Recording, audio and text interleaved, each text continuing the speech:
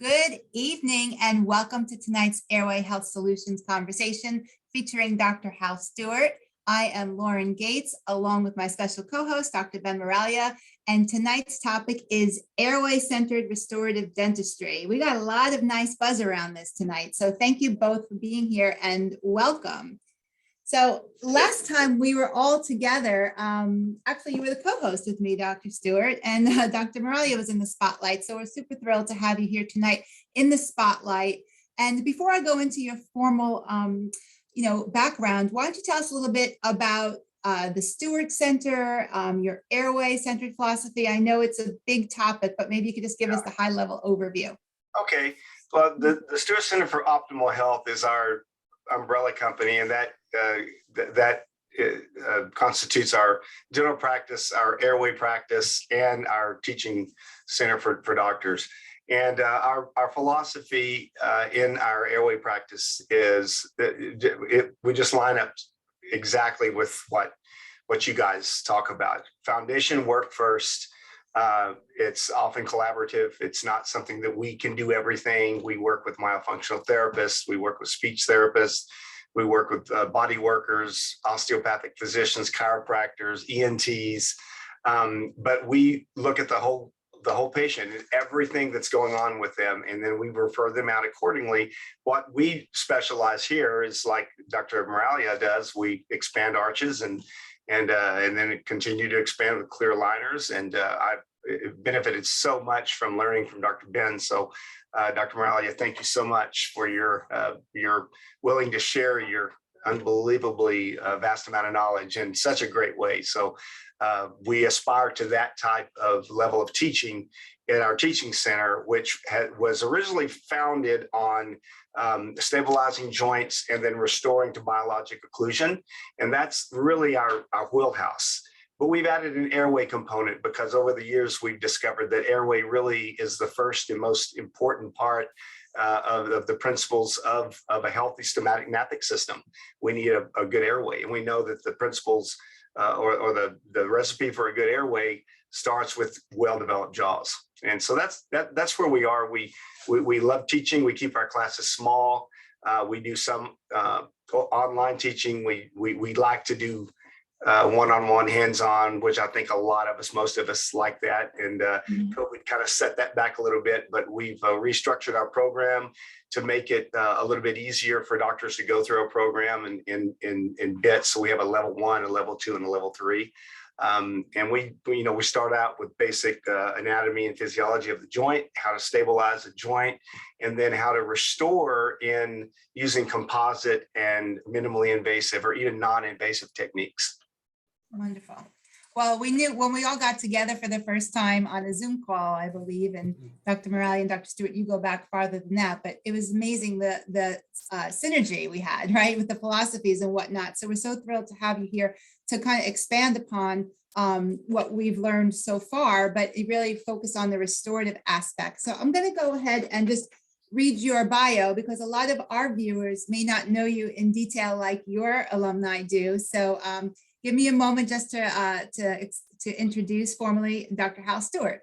Dr. Stewart graduated from Baylor College of Dentistry in 1989 and has been in private practice ever since. He studied at the Pankey Institute, the Dawson Academy, the Las Vegas Institute, as well as the OBI Foundation for Bioaesthetic Dentistry. Dr. Stewart's commitment to his profession led to his induction into the American College of Dentists in 2018. He's a biologic and systems-focused dentist. He believes that the goal of treatment should be to maintain a healthy, optimally functioning chewing system that is supported by and in turn supports a healthy airway. He believes that a healthy airway and a healthy mouth with stable joints and harmonious occlusion are imperative for one's overall health. Since 2006, he also served on the teaching faculty at the OBI Institute. He has also studied extensively at the Pankey Institute for Advanced Dental Studies and completed the Advanced Aesthetic Master Aesthetic courses at the Las Vegas Institute for Cosmetic Dentistry. Dr. Stewart is the co-founder and CEO of the Stewart Center for Minimally Invasive Dental Medicine. He lectures extensively, teaching dentists across the country and even around the world on craniofacial growth, airway breathing, TMJ, and restorative dentistry. He is a current affiliate and faculty member for the Breathe Institute in Los Angeles, as well as teaching faculty member and clinical advisor for Vivos. He is the past president of the Texas Academy of Cosmetic Dentistry and is currently working on board certification with the American Academy of Dental Sleep Medicine. In 2018, Dr. Stewart was privileged to be selected as a fellow of the American College of Dentists. All right, well, that's all we got, folks. That's, I think it's time for questions, right? It's an extensive bio, and thank you for sharing your knowledge with us. I just do want to do a quick medical disclaimer and dental disclaimer, because we do have some patients who call in, as well as our professionals. So the content presented is not intended to be a substitute for professional, medical, dental advice or diagnosis or treatment. Always seek the advice of your physician or dentist or other qualified health provider with any questions you may have regarding a medical or dental condition. Okay, so let's get to the good stuff. Dr. Stewart, what do you have in store for us tonight? Why don't you go ahead, share your screen, and then we'll have a nice, robust Q&A session. Well, thank you so much. And I've got my screen up now. I'm assuming that we all can see that. Yes? Yes, we can. Okay, great. Well, Lauren and Dr. Moralia, thank you so much for having me. I really do appreciate it. I'm very excited about tonight. The first time I heard Dr. Moralia speak was at a Vivos meeting, and he spoke the whole day on pediatric craniofacial development. And I still to this day, it's the best 8-hour lecture that I've ever heard. And I say lecture in that it really was an 8 hours of learning. I think that I probably had bladder failure because I didn't want to get up and go to the bathroom because I thought I'd miss something, because it's like every sentence was full of information. And so when I found out that Dr. Ben has his own, teaching program and the Airway Health Solutions, and he and Lauren have just done a great job. So my hat's off to both of you. And as I was telling you both earlier when we were talking privately, going through your course, Ben, has been a huge boost in our practice and our confidence and our protocols. We were already at a really high level, but this just took us to the next level. So I thank you very much for that. When I heard Ben's adult lecture, or the adult Airway Health Solutions program, which was the week after the children's, the pediatric program, it's just like, okay, boom, boom, boom, because we had never seen children in our practice up until just 4 or 5 years ago when we started to get into craniofacial development. But adults have been treating TMJ, TMD, TM disorders, restoring with minimally invasive for 25 years. And when I was I've learned more about expansion and about airway over the last 8 to 10 years, and realizing that really is the source of the majority of TMJ issues, is small underdeveloped jaws that never get addressed. And we try to cram all these teeth into a little jaw space, and it just doesn't work. So one thing that we have done really, really well over the last 25 years is stabilizing the joints, even though up until about 10 years ago, we were just stabilizing TMJs and restoring occlusion without any thought about airway, just being quite honest. And we met with really great success when it comes to a dental standpoint of, the composite is holding up really well. I've got several cases that are 20 plus years old now. I got many, many cases that are, 10 to 20 years old, and, even more in the last 10 years. But when I found out and learned about jaw expansion and how that relates to the TMJ and how that, number one, relates to airway, I thought, this is amazing. I love this. So we just went full steam ahead with this, because it's like, this is the missing piece. Well, at the end of the game, we still have to put the ball in the cup. As you might be wondering, what does golf have to do with your lecture? But at the end of the day, if we're dealing with jaws, and we're dealing with joints, and we're dealing with airway, and we're dealing with the end game is the teeth. That's the last thing that we look at, unless they've got abscesses and, teeth that are, just hanging on by a thread. Obviously, we have to address that early on in the expansion process. But we still need to build a supportive occlusion. So that's what I'd like to talk with you about tonight. If anybody wants to get a hold of me, my email address is Dr.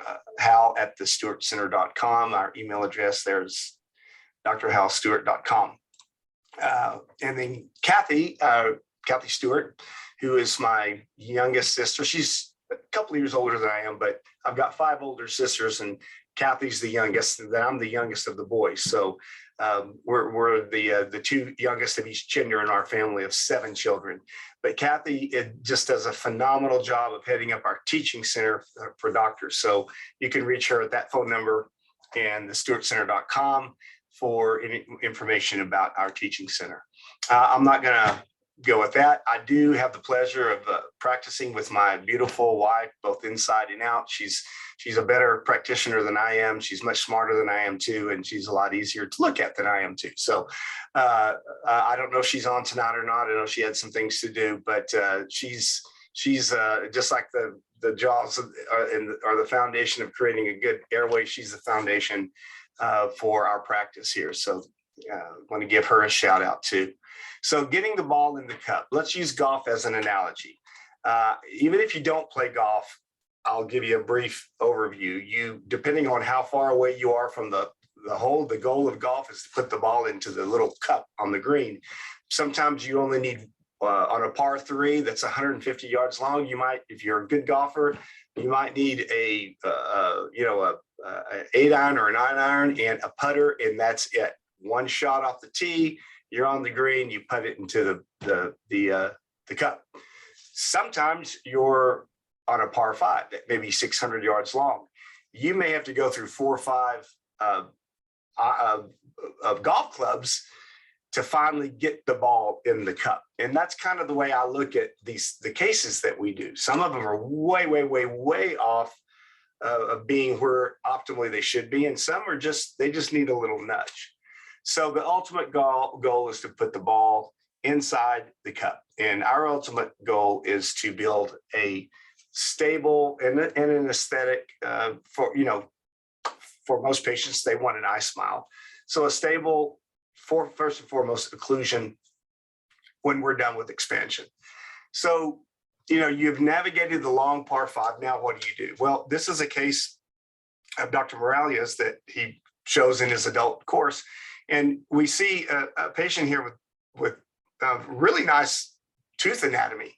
There's really not much that needs to be rebuilt on this, except maybe her laterals. She's got one lateral on the left that's a little more kind of a peg lateral. But so she's only maybe needing 2 or 3, maybe 4 clubs. So Dr. Ben, what he did is he expanded this patient, Lisa. And then I'm not sure, but let's just say that she needed a tongue release, because so many of these do. She did some myofunctional therapy, a tongue release, and then some clear aligner therapy. And we end up with a case like this with just some minor cosmetic restorative work. Many adults are in this category. And don't get me wrong, they don't all need a full mouth rehab. They don't all need, some don't need any restorations at all. So Dr. Moralia treated this case from point A to point B. Here's the tee box. He put the ball in the cup. He diagnosed and treatment plan. That's one club. He did expansion. That's a major club. The patient perhaps had oral myofunctional therapy along the way and a tongue release, clear aligner therapy to bring it home, and some minor cosmetic bonding to put the ball into the cup. So when we see a case like this, and we're going to expand it, just looking at it from pre-treatment, does this case look like it's going to need major restorative work? My answer to you would be no. The patient has some restorations, a little bit of metal showing. That's not really, that big of a deal from a functional standpoint. There's some, it's not perfect anatomy on the teeth, but the teeth have some anatomy, a little bit of wear on these anterior teeth. So restorative needed maybe a little bit when we're done expanding and doing clear liners.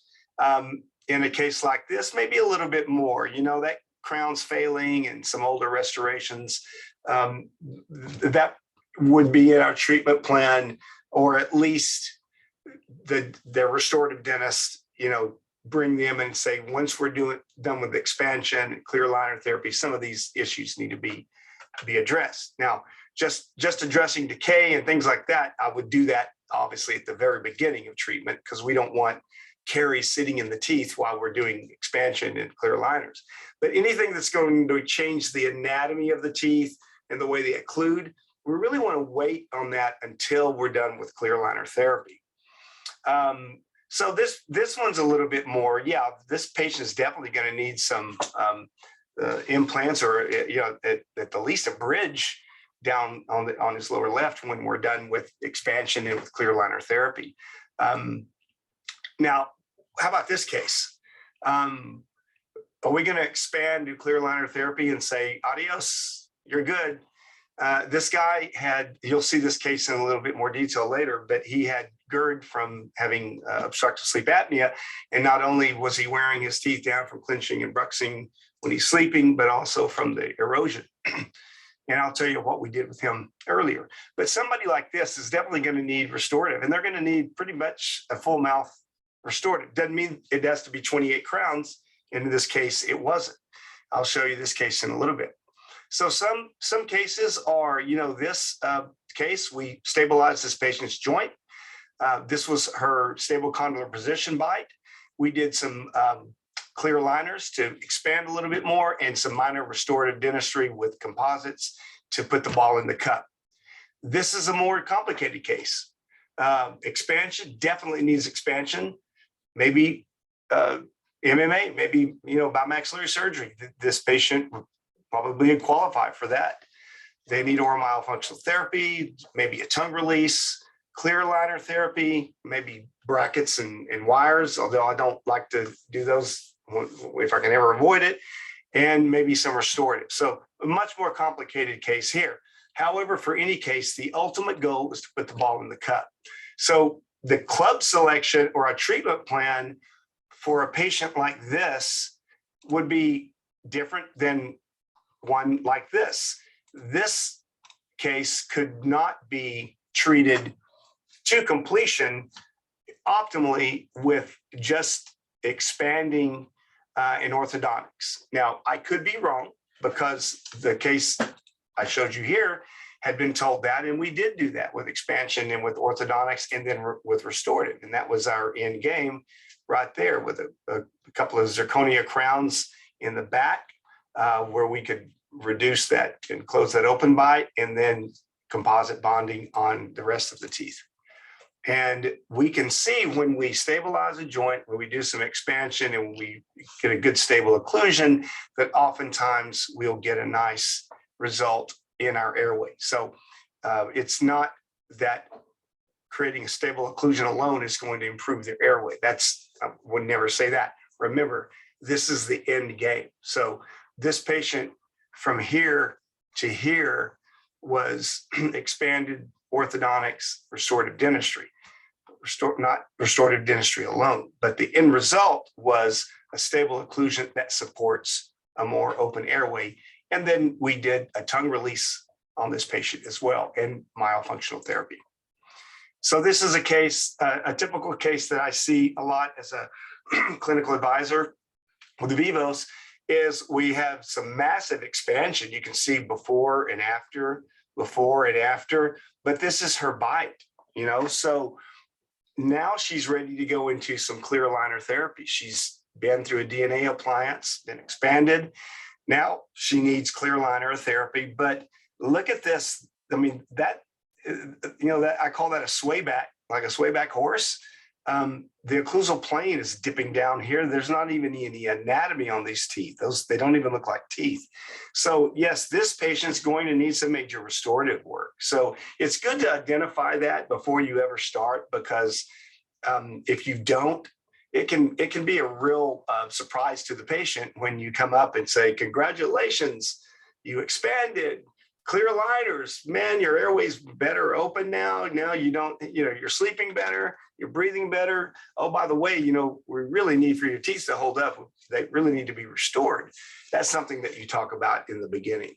So 6 important airway issues are the current sleep apnea protocols that most airway dentists are doing are management rather than preventing or definitive treating. It's usually a MAD device to pull the jaw forward, so when they're sleeping at night, they can breathe better, or it's a CPAP. Nothing wrong with either one of those if that's what the patient wants to do, if that's all they can do. But if I'd be remiss if I told you that our patients need to hear everything that's available. If we focus on 4-year-olds, if an entire dental profession started focusing on 4-year-olds with Dr. Ben Moralia's protocol, we wouldn't have a sleep apnea crisis in this country in about 25 years, maybe sooner than that. But that unfortunately doesn't happen. But we can now not only prevent, we can prevent 4-year-olds, but in adults that have sleep issues or breathing issues, we can help fix those 24/7, not just when they're sleeping. And the problem is bigger than just sleep apnea. Obesity, upper airway resistance syndrome. In women, OSA increases after menopause, and progesterone is the key. So it's not just about fixing an anatomical issue. We really need to be physicians. We need to be dental physicians, basically, because not that we've got to know everything about obesity and about progesterone, and we need to get a team around us, which I'm very proud to say we've done that here in the Dallas area.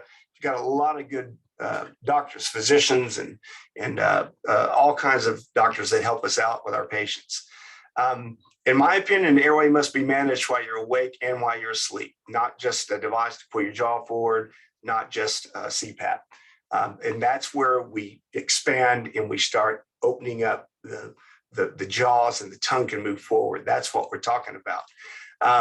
But airway prosthodontics, then after that's all done, must maintain the airway 24/7 and even during eating. So we want these little tools that we call teeth. Have you ever noticed that teeth are shaped different? Your molars are shaped different than your incisors, and the incisors are shaped different than the canines. The canines are shaped different than the premolars. There's a reason for that. Every one of those teeth has an anatomy that fits its function.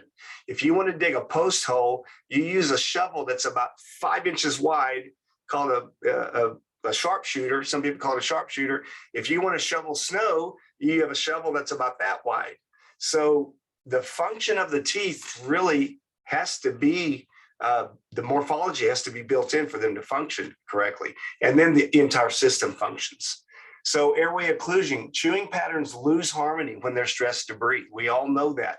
Bruxism, clenching, and the nocturnal wear, sleep bruxism. Individuals with sleep bruxism have a 67% more microarousals per hour than normal individuals. And you can look up Dr. Jerry Simmons in Houston, Texas, a triple board certified sleep neurologist. I've had the pleasure of speaking at his sleep consortium that he has every year. And he's written numerous articles about this exact subject. And so there's bruxism during the day and at night, wear, fracture of the teeth. Age and sex create different issues and different significances. So it's not a cookie cutter, one size fits all. We need to be looking at the impact of sleep disorder breathing on children. Adriana and I just became grandparents, and our little our little grandson, this kid's going to have the best airway ever because we've looked at his tongue. We've looked at his tongue function. We're watching him sleep, and he's a nasal breather, so that's great. But so many kids are just sick. They just look sick. They've got sinuses. They're stuffy. They're breathing through their mouths, and it's sad. So it's a multi-level treatment. It's a collaboration. What we're going to talk about tonight, though, is that the airway must be managed awake and asleep, and the occlusion is a big part of that. So what does it look like when we have an airway-centered dental, as airway-centered dental physicians put the ball in the cup? We have an optimally functional airway. it's been established, or an improved airway. We're not going to always, if someone is a severe OSA patient, we aren't going to necessarily cure them of OSA by expanding and by establishing a great interosseous relationship and more open arches, and but we may improve it. And we're just looking for medical improvement as realistically as we can. Somebody with mild sleep apnea that may be a little bit overweight, with maybe some weight loss, with expansion, with myofunctional therapy, perhaps a tongue release, clear aligner therapy, maybe they may or may not need restoration. We can quite possibly cure their sleep apnea. Although I would never tell a patient that this is a cure for sleep apnea, but you definitely can improve. And they just feel better. They have a stable asymptomatic joint. They have an ideal interosseous relationship. This is the foundation that Dr. Moralia teaches. Optimally improving the airway by expanding the jaws, and the joints stabilize when you do that. And then an ideal intra-arch relationship. And as I said earlier, a lot of these delts don't have a lot of tooth wear, so you can build their occlusion as you're doing the clear aligner therapy without restoration. You're just putting the teeth back, occluding the way they're supposed to in an ideal arch. But those that have a reduced vertical dimension, like the last patient I showed you that I told you I was going to show you later, that's all worn down, we need to build back that ideal vertical dimension of occlusion. We ideally would like to create a class 1 occlusion with pristine centric contacts. We want to establish anterior proprioceptive guidance. I'll explain what that is in a moment versus what we all think of anterior guidance. And obviously optimal aesthetics, both intraorally and extraorally, are always, when you improve the bite, when you give an ideal functional occlusion, you're going to have an improvement in the face. It cannot be helped. And then in a system that's phonetically, aesthetically, and functionally stable. That's what I call airway occlusion. And that's putting the ball into the cup. So all of this cannot be done ideally without doing this first. If you build a house that's out on a pad of dirt, it may look great for a while, but it's not going to last long, especially in the clay soils here in North Texas. You got to have a foundation that you have tension cables running through it so that foundation stays stable. That's what this does. And that is so important. And that's why my hat's off to Dr. Ben and for Lauren for bringing this message to so many people. So let's look at 4 keys of occlusion and system harmony. Airway, number 1, no doubt about it. Until we know about this, there's no sense in going further. The joints need to be stable. The joints need to be in harmony with the interarch relationship. And finally, teeth that are shaped and occlude together in the proper manner to support all of this. So this is all like building a Ferrari, and then this is like putting the most expensive, best tires on that Ferrari that you can find so it functions optimally.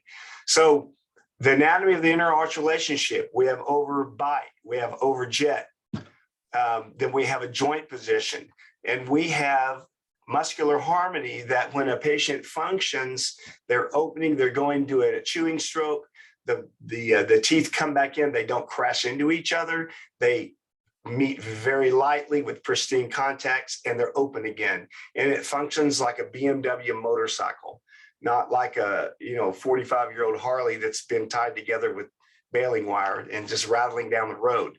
We've all seen patients like that. Their occlusion looks like that. This is what we call anterior proprioceptive guidance. We're taught in dental school that anterior guidance means when you bite down and you grind your teeth out, your canines touch and your back teeth separate. How many of you do that on a daily basis when you're chewing? Do you bite down, grind your teeth out, open your mouth, and then bite into the hamburger and then go back and bite and grind out? You don't do that.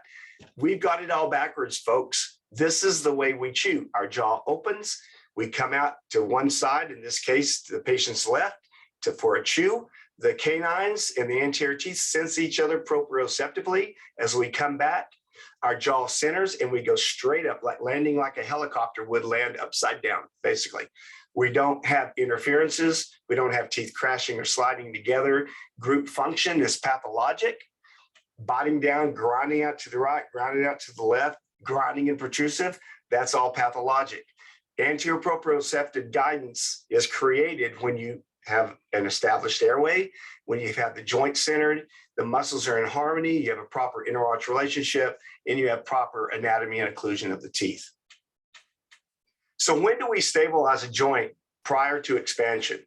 Basically, our rule is if they have a bilateral disc displacement that's pretty acute, we're going to try to recapture those discs first. So we use an orthotic. I'll show you that in a moment.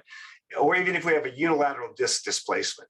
Now, if a patient comes in and they've had bilateral disc displacement for 10 years, I'm not too worried about stabilizing their joint with an orthotic before I go into expansion. If their joint is not showing degenerative joint disease, we'll go ahead and expand. If we see active degenerative joint disease, we will want to stabilize first before we go into an expander. If they have a limited opening, I saw a patient yesterday, it's a 25 millimeter limited opening. That she sent her for a scan. She probably has bilaterally displaced, anteriorly displaced discs, and we're going to want to recapture those ideally before we expand. She couldn't even get an expander in her mouth right now. If they get a lot of pain in the TMJ, we will stabilize for a few weeks or a month or so before we move on to expansion. So we teach at the Stewart Center a maxillary flat plane orthotic made out of acrylic. It's hard. It fits very snug. Patient can eat in it. It's as flat as possible. So when a patient, this is what we call training wheels. They're used to clenching and grinding. So yes, they are going to bite on this and they're going to grind and slide around on it. That I just told you, that's not what anterior proprioceptive guidance is, but you got to walk before you run. So we're teaching these people how to walk first. We're giving them an orthotic that creates muscle harmony. And we spend 3 days teaching this. So I'm just going to basically show you what it looks like. And then after the patient has been stabilized, we verify that by taking check bites at the same vertical dimension. We have a jig. We take 1, 2, 3 check bites in a row. This is anywhere from 4 weeks to 4 months after we've started their TMJ stabilization. And then we verify that with an instrument called an MCD that charts the graphs of those 3 bites, 3 weeks in a row. And if you look, you can see a green, a blue, and a red. Right here, they're all superimposed on each other. That joint is stable, it's not moving anymore. And now we're ready to move on to restoration, or in most cases to expansion, because most of these patients need expansion. So if we have a case like this, that's got a vertical dimension like this and all this wear, ultimately we want to create something like this. And if we just expand this patient and do clear aligner therapy, that's great, but we can't leave it like this. We got to put that ball in the cup. So sometimes just after our joint expansion or our joint stabilization, we'll take a scan with their orthotic in, and more often than not, we see, because of all the harmony created in the muscles, we see an open airway. It hasn't cured anything. But we're headed in the right direction. So jaw stabilization, when necessary, really, really is a great adjunct, a pre-adjunct to expansion. It's a nice tool to have if you need it. So here's Mike. I showed you this case earlier. He had GERD because he had sleep apnea. He had very hypersensitive teeth because of all the wear into the dentin, problems chewing, problems digesting food because he couldn't chew the food properly because that's what his teeth look like. So ultimately, we restored him with 26 composites and 2 Emax crowns on his 2 premolars over here. We had some old crowns. But we got a very nice case without any preparation of the teeth other than removing any caries, creating some bevels, but we did not grind his teeth down to nubs and put crowns on them. He didn't want that. He wanted conservative dentistry. And we got a very nice result. So he's breathing better because he's on a CPAP. This was not an expansion case. We did not expand Mike. actually did this case right a few years before I really got into expansion. But he's doing well, and you can see the difference. The main thing I want you to see here is that if you did expansion and clear aligner therapy, you got to do something with these teeth. Doing it in minimally invasive composite, I think, is a great service to the patient, because they've already, number one, they've already shelled out a lot of money for expansion, and number two, people don't want their natural teeth cut down. Yeah, he's lost a lot of tooth structure, but he still has a lot of good tooth structure. I would rather have it restored than my tooth, 360 with a cap on top of it. We can even go in and put characterizations in the composite like I did here and make these look as beautiful as porcelain. And like I told you earlier, if you take his teeth out of this, just look at his face. This is a guy with obstructive sleep apnea that's not being treated. This is a guy that with sleep apnea that's being treated, managed, is being managed with a CPAP and an airway centric or an airway supportive occlusion. Greg was kind of in the same boat, a lot of wear. He had an old bridge over here that just was flat. So we restored him in composite as well. And you can see the beautiful result we got. And this stuff does hold up and it lasts longer. Does it last longer than porcelain? No. Does it take more repair over the years than porcelain? Bottom line, yes. But I can tell you, I've replaced lots of porcelain crowns that are 3, 5, 7 years old. And I've got cases out there that are 10, 15, 20 years old that I haven't touched in composite. Now, we've got those that we do have to do repairs on too. So I'm not saying these things are foolproof. We got to get out of the mindset as dentists that we got to do everything perfect and that everything we put in the mouth is going to last forever. Man, I wish, the $40,000 bass boat that I bought 3 months ago would last forever, but I doubt that it's going to. Anyway, here we have just a great case. Looks like he's lost weight. That's all of the vertical dimension. That's all ties into that vertical dimension being opened up, and his nose and chin are farther apart. He's got more room as well. So this is a case really overclosed. You can expand to the cows come home and do clear aligner therapy, but you got to get this guy biting so he can actually chew food. So again, this fellow flew in from Arizona for me to restore his mouth. We did this in 2 days. Then we bought him back a year later, and this is the year follow-up, and it's doing great. This was published in May of 2018 in Dentistry Today, if you want to go look that up and get more details on the case. So this is a patient that we're putting her crowns in next week, actually. We expanded her to 38 millimeters, and she had some old crowns that need to be replaced. She got a lot of wear on the front teeth. She's a beautiful woman, just have fractions. And yeah, this case needs to be restored. I offered her composite or full porcelain, which I do with all the patients. 90% of the time they choose the composites. Ray chose porcelain, and there's our digital wax up, and the crowns are made to this position. This is where she started.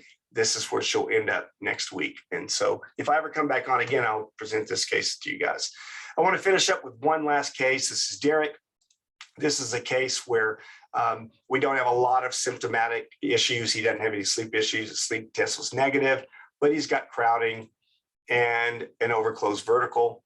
So we did some expansion and clear aligner expansion, so we can see how tight he was back here and how tight he is here. Now we've got some nice horizontal a horizontal more ideal horizontal or transverse relationship, I'm trying to say, from the upper and lower arch.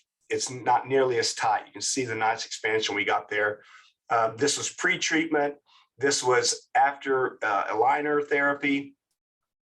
Pre-treatment, after aligner therapy. This is our diagnostic wax up. And what we do is we do a diagnostic wax up. Our lab technicians are trained to do biologic wax ups with the proper overjet and overbite. We make clear stents. We take that into the mouth. We have some really, really cool techniques that we use to transfer this wax up to the mouth within 8 microns of accuracy. It's pretty amazing. So here we were before with Derek, 33 on the maxillary arch. We expanded him to 36. I would offer him now. I did this case about 8 years ago. And now I would offer him expansion. Before we did clear aligner expansion, but this just proves what Dr. Benoit has always told you. For those of you that have been through his courses, you can get another 2 or 3 millimeters of expansion with clear aligners. So we got, exactly 3 millimeters here. This is his final occlusion after we're restored him in composite. And so his vertical dimension, which is a component of the airway as well, is opened up about 6 millimeters. And we just put the patient in test positions. This is protrusive test position. You can see the separation in the back. This is indicative of anterior proprioceptive guidance, nice overjet overbite, nice centric contacts. In post-treatment, this is what I get really excited about. The patient is, he didn't have sleep disordered breathing. He was negative for that, but he did, he didn't have sleep apnea, but he did have UARS. His RDI, I think, was maybe, I don't know, I can't remember, 15, 17. He's sleeping like a baby now. We basically almost doubled the size. And these are objective measurements. My biggest thing is I go by that the patient is feeling so much better and sleeping better. And again, look at the face, just try to take the teeth out of it. Look at the face. This is patient has not lost weight, maybe lost a little weight. I don't know. I can't remember the exact details, but for the most part, that vertical dimension and in the harmony in the facial muscles and the harmony in the joints is what it's all about. And at the end game, it's all about healthy patients and patients that are grateful and have a medical improvement that is acceptable to them. It doesn't have to be perfect. Some people just want to become better fathers, better mothers, better sisters, a better wife, a better husband. And if you can help them do that by giving them 50, 75, 80% medical improvement, or even 100% medical improvement, then you're a hero and you've done something for them that no other doctor has ever done. So I want to thank you guys for tonight. I do want to just tell you that the Stewart Center, we're pleased to offer for the people on this call a free access for a limited time to our online foundation course. It's just an introduction to what we teach. It's about 6 or 7 45-minute separate modules that you can watch at your leisure, and we'd love for you to log in and look at that. So you can contact Kathy at thestuartcenter.com to register. And finally, I want to thank all of you for attending. I want to thank you, Dr. Moralia and Lauren. I want to thank you and Airway Health Solutions for this great opportunity. It's been fun, and I hope that I at least taught a few people a few things tonight. And I know that I always learn things too when I teach. So it goes both ways. So thanks, guys. I appreciate it. Well, thank you so much. That was fabulous. In fact, I was crossing off all the questions while you were presenting. So I know that people learned things tonight and you directly answered their questions. A couple of comments, and I wanted to get Dr. Moralia's opinion on this. I love the phrase, the terminology, airway occlusion. I haven't heard that coined, and I think that is so brilliant. Dr. Moralia, you want to share your thoughts on that? Yeah, that was brilliant. And Dr. Stewart, thank you very much for tonight. I have a feeling that might be the start of many more to come. And your patients are lucky to have you. So that was just beautiful. Yeah. And thanks for helping with, the entire paradigm shift. What we all believe is that while the teeth are important, dentistry can't be about the teeth only. And so to switch the focus to the foundation, the growth, the development, the sleeping, the breathing, the airway, all of that is going to be amazing when we finally kind of steer the ship in the right direction and get the focus on the foundation, and then we can have the teeth coordinated second to that. We want it all, but dentistry has been for too long focusing on the teeth, and the focus on the teeth, it comes up short. We've got decades of work to show for it. So I'm really excited about everything you're doing.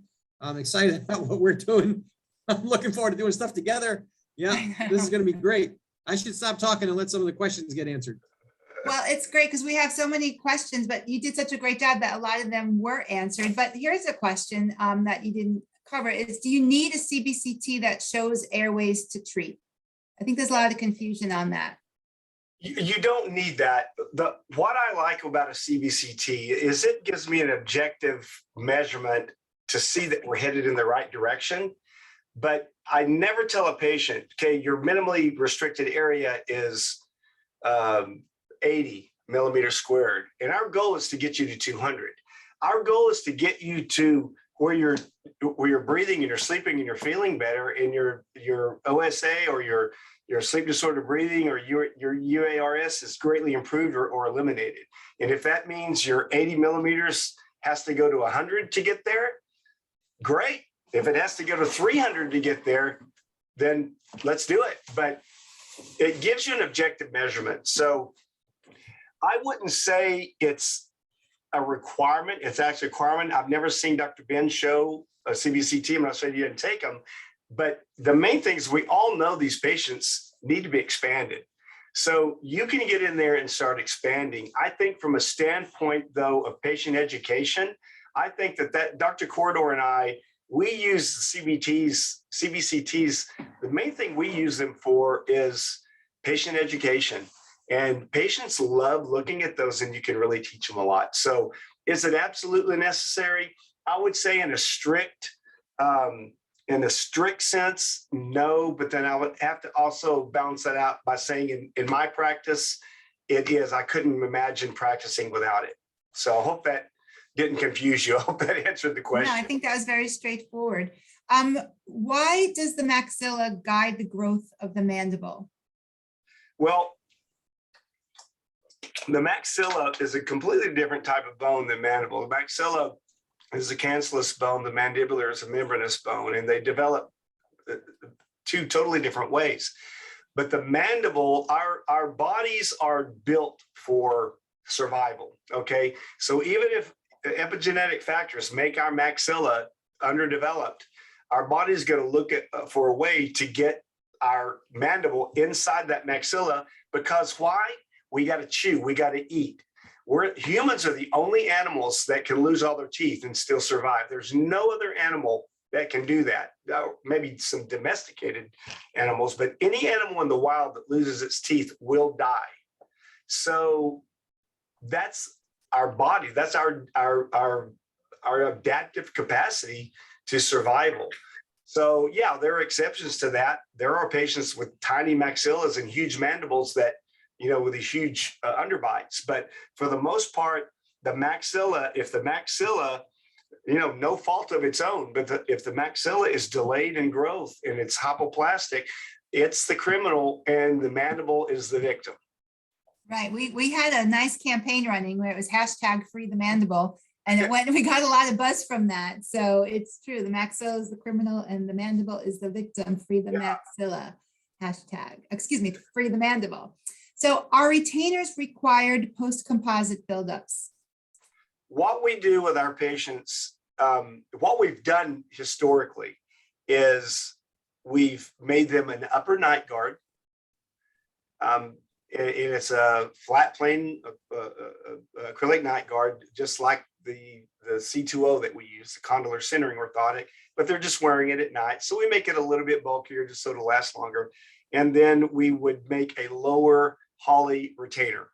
Now, having said that, I am so excited about what we're doing with expansion and clear aligner therapy, because if we don't have an airway issue that we're battling anymore, and we've got proper jaw size, I honestly don't think retainers or night guards will be necessary anymore. And I think Dr. Moralia would agree with that.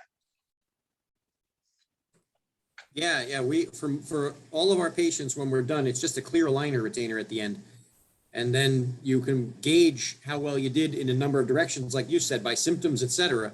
But not the least of which is taking a look at that clear aligner retainer as 6 months, 1 year, 2 years go by. Because when you have a patient who is clenching, grinding, and working their teeth at the beginning of treatment, and when they go through their expansion, followed by the clear aligners, and when they're wearing those aligners 2 weeks at a time, they're getting beat up in 2 weeks. But when you're done, if you really have given them a better breathing and tongue position and all that good stuff, they can wear a single retainer for 2 years and it doesn't get a mark on it. And so you prove it almost in the end that, hey, that patient's no longer clenching and grinding, because here they are wearing a traditional clear aligner retainer, and they can go up to 2 years, and it looks brand new. They could keep wearing the same one even longer. So we max out at about 2 years for each clear aligner type thing, but no more night guards and splints for patients we're treating with the foundation focus.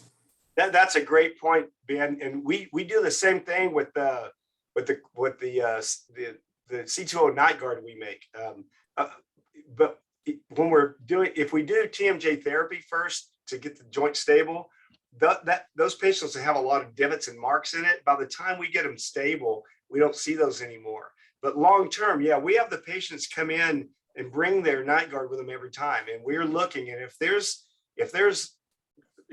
clench marks and divots in it, then yeah, we know that even though we built their occlusion, those are the ones that are coming in now that I'm going, you know what? I know we restored you, 8 years ago, but look, I want to talk to you about something else. The good thing about it now is we won't necessarily have to restore them again. We built all the anatomy on the teeth. Now we can go in and expand and do clear aligners. But I love that you're using your clear retainers basically as a diagnostic tool, probably most importantly, to know how good a job you did. Can splints cause malocclusions? Can splints cause malocclusions? Anything you put between the teeth can cause a malocclusion if you don't know what you're doing, if you don't adjust it right. So normally what happens, a well-adjusted TMJ splint, orthotic, whatever you want to call it, is going to let the muscles stabilize the joint. They get the teeth out of the equation, and the teeth aren't going to hit normal, or they're not going to hit in their acquired bite anymore. And patients often mistake this for, well, this thing moved my teeth and now my teeth don't bite. No, what the orthotic did was put the joint in the right position, relax the muscle. Now that the teeth are, now they're showing their true colors. They need to be moved. So, but if an orthotic is not adjusted correctly, it can actually throw the joint off and create disharmony in the joint and not harmony. So, it's not sticking a piece of plastic between their teeth, just like an expander. You don't throw the expander at the patient and go, this is going to cure all your problems.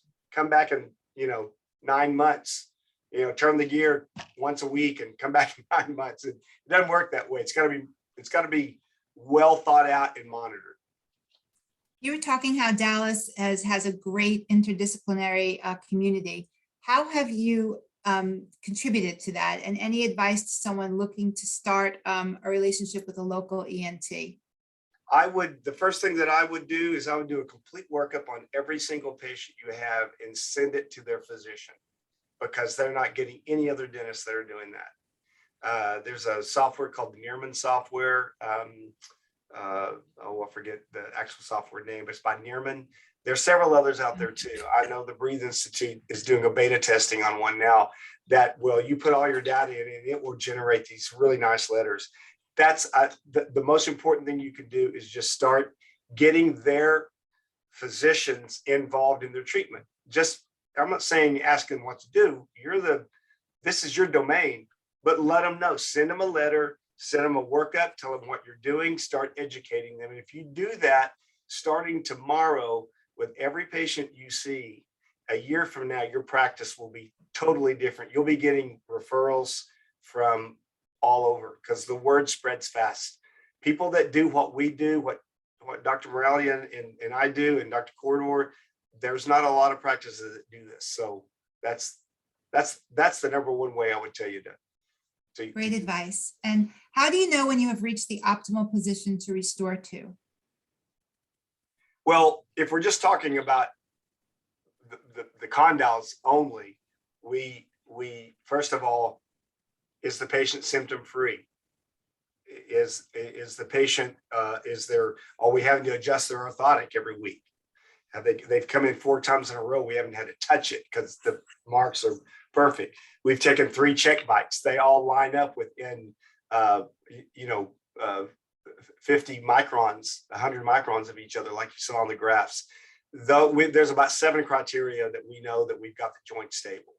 But if we're going to add on to that we're doing expansion, like Dr. Ben said, we're going to know that we're ready to restore when the patient's symptoms are alleviated. We're not, we can take a CBCT and say, yeah, your airway opened up, the airway volume opened up 30%. That's awesome. That's great. But they might have been fine at their airway volume opening just 15%. So we basically, if we're going to put an expander in someone's mouth, we want to at least get that expander tapped out and then see where we are. And if the patient is like, man, I feel great, sleeping great, A, B, C, D are all there. If they've got degenerative joint disease, or if they've had past degenerative joint disease, or if their joints look like, like they've been cut off, like a lot of these joints do, I might go ahead and put them into a C2O after their clear aligner therapy. Just so I want to get everything just right before I build the occlusion. So every case is a little bit different, but there's a lot of different ways of knowing when to do that. So we have a lot of questions. We were talking about this, Dr. Morale and Dr. Stewart and I beforehand, where you have a question that it's a 20-hour answer, and that's why we build courses. So I wanted to share with you our Airway Health Solutions upcoming courses with everybody, so they know how to find how to do what Dr. Moralia does and what Dr. Stewart does. So we do have our next mini residency series with Dr. Moralia May 6th. For the pediatric and May 13th. You don't have to take both days. We do recommend it as a 2-day mini residency, but you can take either course exclusively. Dr. Hal Stewart is a proud graduate, and we would love having him join us, and he added so much to the conversation. So if you're interested, please visit our website listed on the bottom, or reach out to me. I'd be happy to have a conversation with you. We're super excited about our advanced mini residency. So we do require the pediatric mini residency with Dr. Moralia as a prerequisite because we take off from the conceptual things that you were taught in that pediatric mini residency. But the great thing about this mini residency is we're focusing on early childhood with fixed expansion appliances and removable appliances with Dr. Boyd's technique of being a pediatric dentist over 30 years. So it's always nice to learn new things. Dr. Moralia, you're coming down and you're learning, and we're continuously learning and adding more tools to our toolbox. So if you'd like to join us, you can join us virtually. The hotel is sold out, but we also have Dr. Darius Logmanet with us to talk about pediatric sleep medicine and actually how to collaborate with the pediatrician. So we're really looking forward to a live event finally in Florida. And we also have an advanced mini residency with Dr. Moralia focused on fixed expansion in teens, and also a bracket and wire expansive technique, which does come in handy many times. So it's more tools for your airway toolbox. That's June 3rd and June 10th. It's 100% virtual. So please feel free to look more into that course. There's the link on the bottom. We do offer a myofunctional therapy course focusing on the dental hygienist doing myofunctional therapy in the dental practice with our top educators, Dr. Brittany Sierra and Carice Laguerre, who are both practicing myofunctional therapists and really passionate educators. And we have a couple more live events coming up in the summer at the Dental Festival. We'll be in Nashville with Dr. Boyd, Dr. Moralia, myself, Carice, and Brittany. And we'll be doing the Airway Health Solutions Conference for Doctor and Team on July 8th, and Clear Aligner University, all about integrating clear aligners into your practice. It's a wonderful team learn. If you can bring your team members, that would be amazing. And we have our first inaugural and annual, hopefully, Airway Airway Palooza in Savannah, Georgia, December 8th through 10th. And we just got an incredible keynote speaker. I'm not going to announce it formally yet until I get it in ink, but it's going to be an amazing couple of days with top airway professionals under one roof, having a great time, and we'll be networking with our airway dentists. So stay tuned for that. Once you become part of our alumni, you are included on our airwayhealthsolutions.com locator. If you want to find people to collaborate in your area, check this out, and you'll see all these green dots are all these doctors who are focusing on airway-centered dentistry. So we'd love to get more green dots, especially here in the middle of the country. So anyone out there, we need more green dots in this region of North America. We are proud to announce our Airway Health Aligners. We partnered with Ollendorf Appliance Lab, and this just kicked off last month, and we're having great success. And what's great about our Airway Health Aligners is it's Dr. Moralia's proprietary case setup software, so you're guaranteed expansive techniques. You're going to save time with your lab technicians. You're going to reduce those multiple case setups, and you'll enjoy the result knowing you have 100% expansive case, no IPR, no root torque, no distalization, no intrusion, only necessary attachments. So you do need to be part of our alumni to take advantage of this, because you need to learn the technique behind it, and then you'll better understand how to review the software, and it'll make sense to you. So that's exclusive to our airway dentists. We do have a public group that we formed, so please join us at the Airway Health Meetup Facebook group. We share a lot of nice airway related tidbits, articles, and as well as just some suggestions from our airway community. And our next Airway Health Solutions is actually April 6th, and that is with Dr. Gerald Simmons, who was mentioned tonight. And there's always so many questions for him. We just decided to open up as 100% Q&A, a town hall. So please feel free to register for that. It's airwayhealthsolutions.com/register and enter your question in. So it'll be very interactive. Wednesday, April 13th, we have Dr. Susan Maples talking about the impact of allergies on pediatric airway disorders. She just launched her brand new book, Brave New Parent. It's wonderful. It's sitting right by my reading chair, so I'm looking forward to diving into that.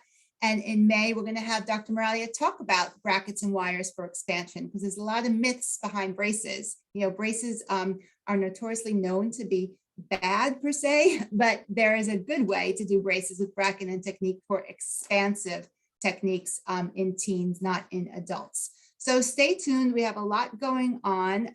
We appreciate everyone joining us tonight. I'm just going to stop the share. And I especially want to give a special shout out to Dr. Stewart. Thank you so much. Those cases were so impressive, and your passion and contribution to dentistry is really, really impressive. And again, like Dr. Moralia said, your patients are lucky to have you, and we're lucky to have you in the profession. And Dr. Moralia, thank you so much for your time.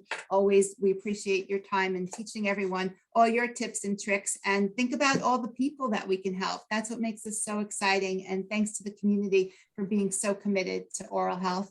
Until next time, thank you and good night. We're 2 minutes over, but it was well worth it. Okay. Thanks, Good night, guys. Thank you. everybody. Thank you so Good much. night. Great to see you. Great to see you.